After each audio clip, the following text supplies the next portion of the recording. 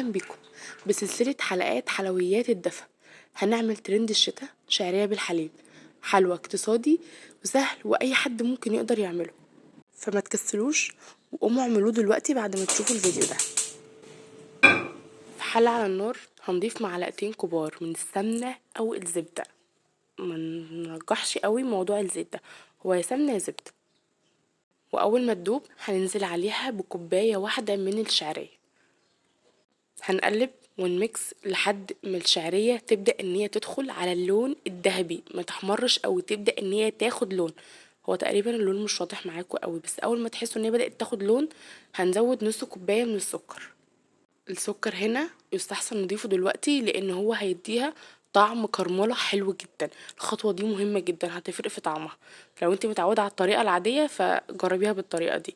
واول ما نحط السكر مضطرين ان احنا نقلب علشان السكر بيكرمل ويخليها تمسك في بعض وتبقى قرص واحد.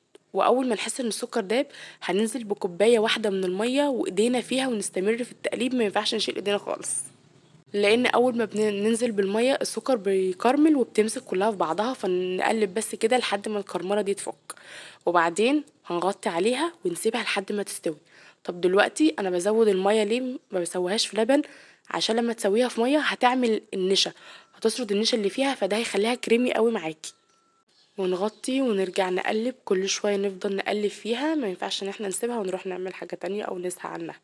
كل شويه نغطي ونقلب لحد ما الشعريه تشرب الميه وتسرد النشا وتوصل للقوام اللي انتم شايفينه ده.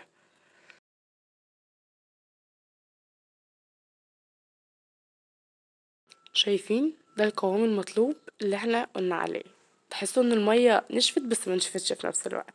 هننزل بقى مبدئيا بكوبايتين من الحليب، هو انا استخدمت في الوصفه دي 4 كوبايات من الحليب، بس الاول نزلت بكوبايتين من الحليب لحد ما اشوف اذا كانت الشعريه هتشربه ولا لا.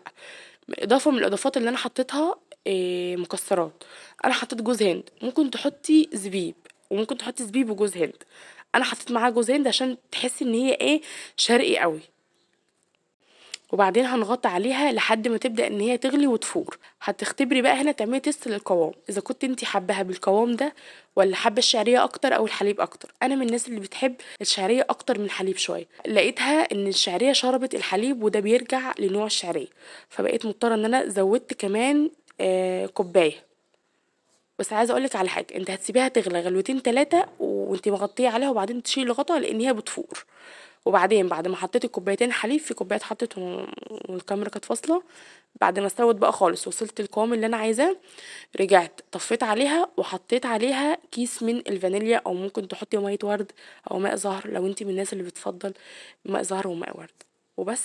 هحطها بقى في اطباق، والشعريه دي او الوصفه دي لازم تتاكل في ساعتها، يعني لو فضلت نص ساعه كمان الشعريه بتشرب الحليب وبتبقى شعريه بس. فالاكله دي بتتعمل دافيه مكان السحلب كده والاندومي اللي بتعملوه بالليل. الوصفه خلصت، ما تنسوش الاشتراك في القناه.